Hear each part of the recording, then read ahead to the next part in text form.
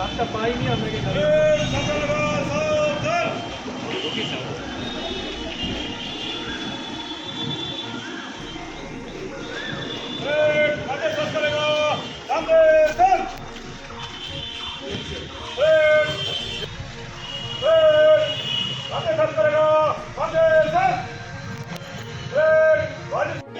Election declare হয়ে গেছে। আমরা ইলেকশন প্রিপারেশনস কতটা কি আছে অ্যাভেলেবেলে প্রত্যেকটা আমরা ভেরিফিকেশান করছি, চেক করছি এবং প্রত্যেক অফিসারকে আমরা অ্যাওয়ার করছি রিগার্ডিং ইলেকশন, কী কী করণীয়, কী কী করতে হবে, কী কী প্রিপারেশান নিতে হবে, সেগুলোর উপর একটা অ্যাওয়ারনেস।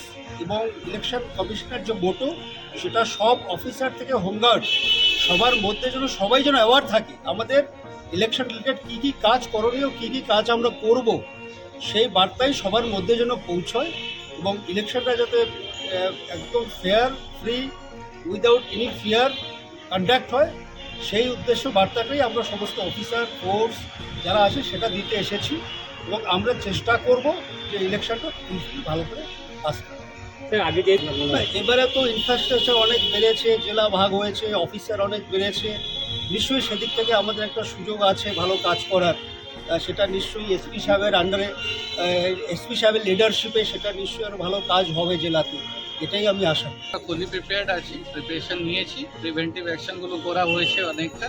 আমাদের যে নন অ্যাভেলেবল ওয়ারেন্টগুলো আছে সবকে এক্সিকিউট করা হয়েছে, যারা ইন্টিমেট করে ওদেরকে ট্রাভেল মঙ্গার হিসাবেও দেখানো হয়েছে, বাউন্ড ডাউন করা হয়েছে। সিএপিএফ বাহিনীকে প্রত্যেক বুথে ঘুরানো হয়ে গেছে, that process has already been completed. আর যতগুলো বুথ আছে আমরা বারবার ঘুরাবো, আর যে এলাকাগুলো আছে সবগুলো জায়গা সিএপিএফকে নিয়ে আমরা বুথ মার্চগুলো করছি। আর আমি আশা করছি এভাবেই আমরা ভায়োলেন্স ফ্রি ইলেকশন পাচ্ছি, ওই হিসাবে আমরা সোর্স ইনফরমেশন হিসাবে আমরা অ্যাকশন নিচ্ছি। আমরা অনেকটা উদ্ধারও করেছি, আর এরকম কিছু নেই এখানে খুব বেশি আমরা আর্মস এখনই পাচ্ছি না। টোটাল 20 আর্মস অ্যাক্ট কেসেস হয়েছে আর 20টা আর্ম আর 20টা অ্যামনিশন আমরা সিজ করেছি।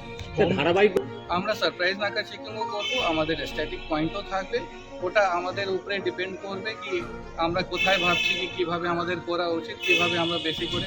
আপনারা জানেন দুদিন আগে বি বারুইপুর যে এসএসটি পয়েন্ট ছিল ওখানে 8 লাখ টাকা উদ্ধার করা হয়েছে, তো সিজারও চলছে, আমাদের প্রসেসগুলো চলছে।